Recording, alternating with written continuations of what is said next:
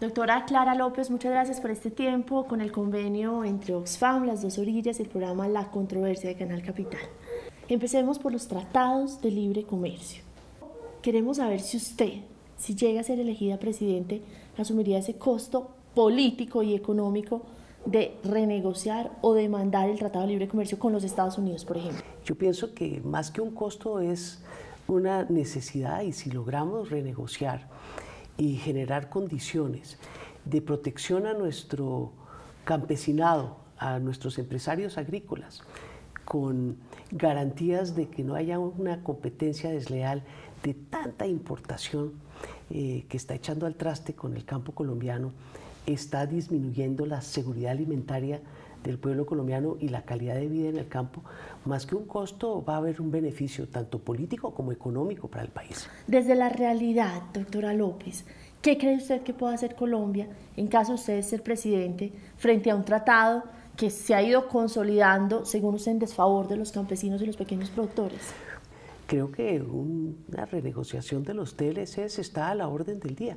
Mire, Estados Unidos ha pedido renegociar algunas cláusulas del TLC con México y Canadá. Es del interés nacional de Colombia buscar esa renegociación. ¿Y cómo haría? Y es del interés de los Estados Unidos también. Ellos no quieren tener aquí unas economías quebradas, sino un aparato productivo nacional que pueda darle sostenibilidad a un eventual acuerdo de paz. Entonces, fíjense, Estados Unidos está apoyando el proceso de paz de La Habana. Me parece que oponerse a renegociar un tratado de libre comercio para hacer viable el campo colombiano no estaría en el concepto incluso de los Estados Unidos. Quiero pasar al tema de los baldíos. Se ha comprobado, y le he preguntado a los otros candidatos, que empresas como Río Paila, Cargill, han cometido irregularidades que han sido comprobadas en estos temas. ¿Cómo enfrentaría usted desde la realidad, conociendo los lobbies que tienen estas empresas, los recursos que tienen para comprar congresistas, una realidad que es perversa, pero que sucede? El tema de los baldíos pues, es un tema demasiado sensible, porque son las únicas tierras que quedan de reforma agraria en el país. Yo creo que aquí lo que se tiene que buscar es creativamente una solución muy certera y realista a la necesidad que el campo colombiano tenga dos políticas dentro de una sola, una política seria dirigida a los campesinos con poca tierra, a los campesinos pobres, a los campesinos pequeños, a los campesinos sin tierra, que tiene una especificidad que incluye tierra, incluye reforma agraria. Usted me está diciendo y hay otra agricultura, que es la gran agricultura comercial, que necesita otros apoyos del Estado. Usted me está diciendo entonces que estaría de acuerdo con que se presentara un nuevo proyecto, ya que el otro se archivó, sobre el tema de los baldíos. Un país no puede avanzar si no tiene un proceso mediante el cual todos los interesados tengan voz en el diseño de la política. Doctora López, no es solamente llevar al Congreso leyes. Ese ha sido el gran error de este y de todos los gobiernos, que piensan con que aprobar una ley hace el milagro y se les olvida que ni la ley la ejecutan, ni la ley escrita refleja la realidad del país. Doctora López, hay una pregunta, un tema que uno se imaginaría o se hubiera imaginado que usted iba a llevar a su agenda de una forma más decidida, y lo hemos extrañado, y es el tema de la mujer en el campo. No han hablado ni usted ni muchos de los otros candidatos sobre el tema específico de la mujer rural. ¿Por qué? Es que el tema de la mujer no es un capítulo aparte, es un tema que tiene que estar presente en todas las políticas públicas, la especificidad. Entonces usted en materia de seguridad ciudadana tiene que tener especificidad de mujer y género. Pues obvio, en la política agraria también. Nosotros que hemos planteado ahí hay un tema de fondo que es el tema de la propiedad. Si usted va a repartir títulos agrarios, no les titulan a las mujeres. Tiene que titularle a las mujeres. En segundo lugar, usted tiene que generar las condiciones de participación amplia. Entonces tenemos que tener una política, pero firme y seria, con la reducción de la violencia de todo índole contra la mujer. Tenemos que tener una política firme y seria para eliminar la discriminación. En el campo el tema de la propiedad sobre la tierra es fundamental. Vamos a titularle a las mujeres. Sustitución de cultivos, erradicación o sustitución de cultivos. Mire, tiene que ser una sustitución, erradicación no, sustitución sí, pero dentro de programas de participación con los cultivadores para que los nuevos cultivos puedan prosperar. Esto de el voluntarismo hasta en la sustitución de cultivos tiene que acabarse. Esto es un proceso que se tiene que adelantar con la gente, de la mano de la gente y con el apoyo del Estado. Doctora López, las zonas de reserva campesina, usted las mencionó. ¿Qué pasaría dentro de su mandato con estas zonas de reserva campesina que aún no han sido implementadas? Nosotros sí pensamos que se tienen que implementar las zonas de reserva campesina, desde luego, dentro de lo que dije al comienzo, de un proceso de formulación de política pública y de aplicación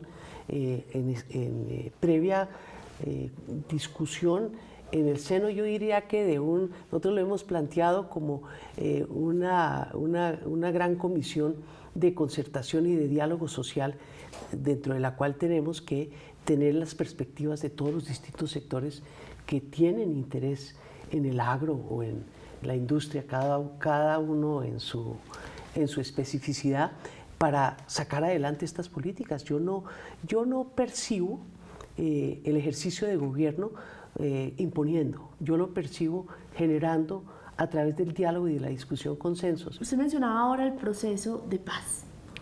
Dígame muy rápidamente, ¿sí o no está usted de acuerdo con el proceso de paz tal y como se está llevando en La Habana? Sí, pero yo le introduciría a partir del 7 de agosto unas modificaciones que creo que lo mejorarían. Pero yo se lo pregunto es porque la hemos visto usted en uno sentiría un dilema que no debe ser fácil, y es apoyando el proceso de paz de una manera decidida, como lo acaba de hacer, pero siendo muy dura y muy crítica con Juan Manuel Santos. Claro, es que yo estoy convencida de que la paz no pasa por la reelección del presidente Juan Manuel Santos, todo lo contrario. Ellos no están en capacidad de estructurar las reformas que el país necesita para hacer sostenible un proceso de paz. Y nosotros sí estamos convencidos que uno puede hacer un proceso de paz montando en el barco a todo el país, que es lo que no ha hecho Juan Manuel Santos. Convirtió una política de Estado en una bandera partidista de reelección, y ese ha sido su más grave error. Eso es lo que tiene en peligro el proceso de paz. Pero hablemos... No que nosotros no estemos con Juan Manuel Santos, ni mucho menos. Es que él ha querido apropiarse a título de bandera de reelección de lo que tiene que ser una política de Estado. Y yo le quiero decir que yo, de presidente de la República, negociando con Óscar Iván Zuluaga, llegamos a acuerdos sobre el proceso de paz. Aquí no es... Esto es un tema que lo han querido volver electoral, y lo que es una necesidad estratégica del país en la cual estoy segura podemos llegar a acuerdos con todos los involucrados. Pero doctora y Clara yo tengo López, la autoridad moral y política para hacerlo. Pero hablemos desde la realpolitik. Usted ha dicho que usted no cree en las encuestas. Claro que no creo en las encuestas. Y porque hay es muchos que las encuestas depende de cómo las hagan. En la segunda vuelta, por el momento, aparecen en ocasiones, en una que otra encuesta, el señor Peñalosa, en una que otra encuesta aparecen Zuluaga y el presidente. En una Juan otra Manuel encuesta, Santos. Clara López. Bueno. También la debes mencionar, una que mencionó el director de la República, que no salió jamás publicada. ¿Cuál es esa encuesta, doctora? Una encuesta que él anunció en Hora 20, en la que yo tenía el 19% de la opción de voto y estaba de segundas. Bueno, pero entonces supongamos... En la preferencia electoral. Supongamos que a la segunda vuelta pasan, como cree mucha gente, el señor Zuluaga y el señor Juan Manuel Santos. ¿Hay que apoyar a Juan Manuel Santos? En Panamá acaba de suceder una elección. Las encuestas no mencionaban como opción presidencial a quien ganó las elecciones, por una razón muy sencilla. Aquí los medios de comunicación y todos los periodistas quieren hacer aparecer que las encuestas predicen los resultados electorales. Cualquier encuestador le dice a usted que eso no es cierto. ¿Qué está pasando con la izquierda? ¿Por qué no llegaron más unidos? ¿Por qué no llegaron con más fuerza? Toda la ¿Qué izquierda, está pasando con el toda la izquierda está unida detrás de mi nombre. Hay sectores que la gente percibía de izquierda que han tomado otros caminos, pero toda la izquierda está en nuestro proyecto. Y no solamente la izquierda, es que a la gente la quieren encajonar.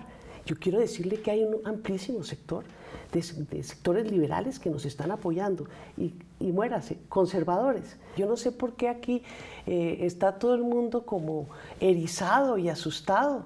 Nosotros somos una izquierda responsable, representamos posiciones incluso de la socialdemocracia que también representamos. Hay gente que le daría miedo su candidatura porque no sabría cuál sería el trato y la justicia que se le aplicaría a los comandantes guerrilleros que están en La Habana o que están en la selva, aún disparando en ocasiones contra poblaciones civiles.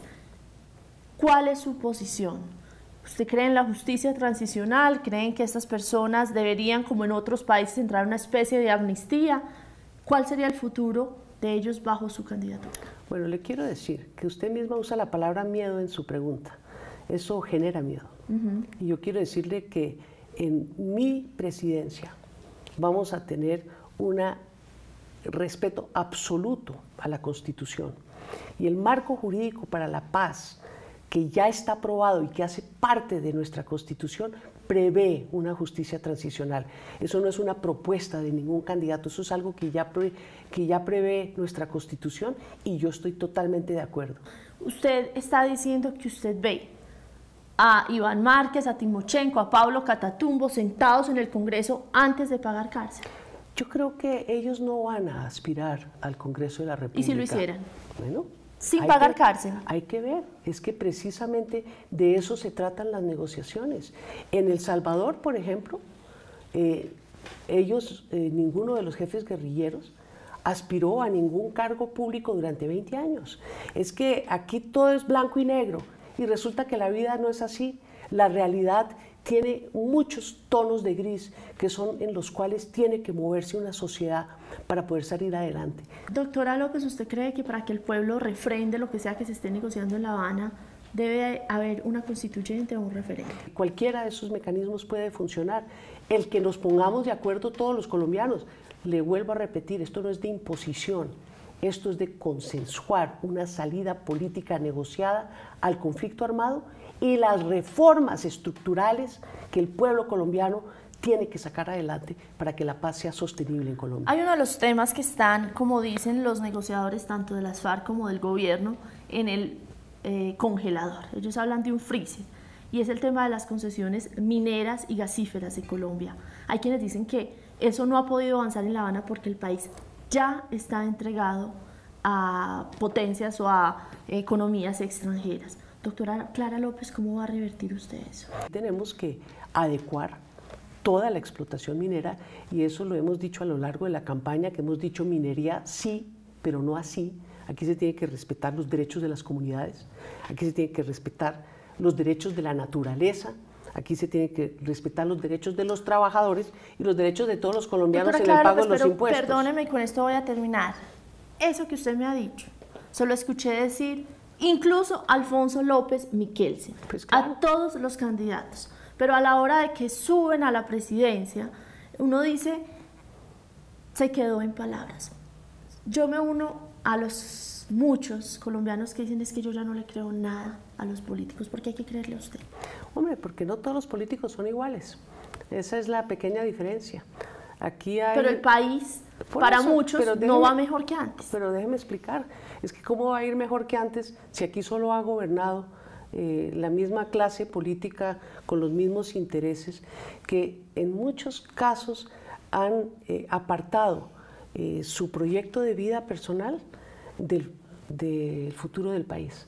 Entonces, nosotros hemos venido de toda una vida en una lucha por cambiar el modelo de desarrollo. Hemos venido en una lucha por limpiar la política, hemos venido en una lucha que nos ha llevado al exilio, que nos ha generado enormes costos, porque aquí pues yo no hago alarde, yo también soy víctima de la violencia de este país y hemos tenido que pagar muy caro toda esta intolerancia a la que han sometido los políticos tradicionales a Colombia. Nosotros somos de otra especie.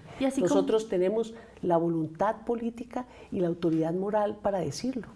Muchísimas gracias, doctora Clara López. También Colombia tiene unos sectores conservadores y una derecha que se oponen, pero son muchos los colombianos que esperan también ver una opción. Muchísimas gracias. Pero discúlpeme, uno no puede decir que la derecha la vamos a excluir de los procesos de los diálogos. Es fundamental que todos aprendamos a remar en la misma dirección. Muchísimas gracias.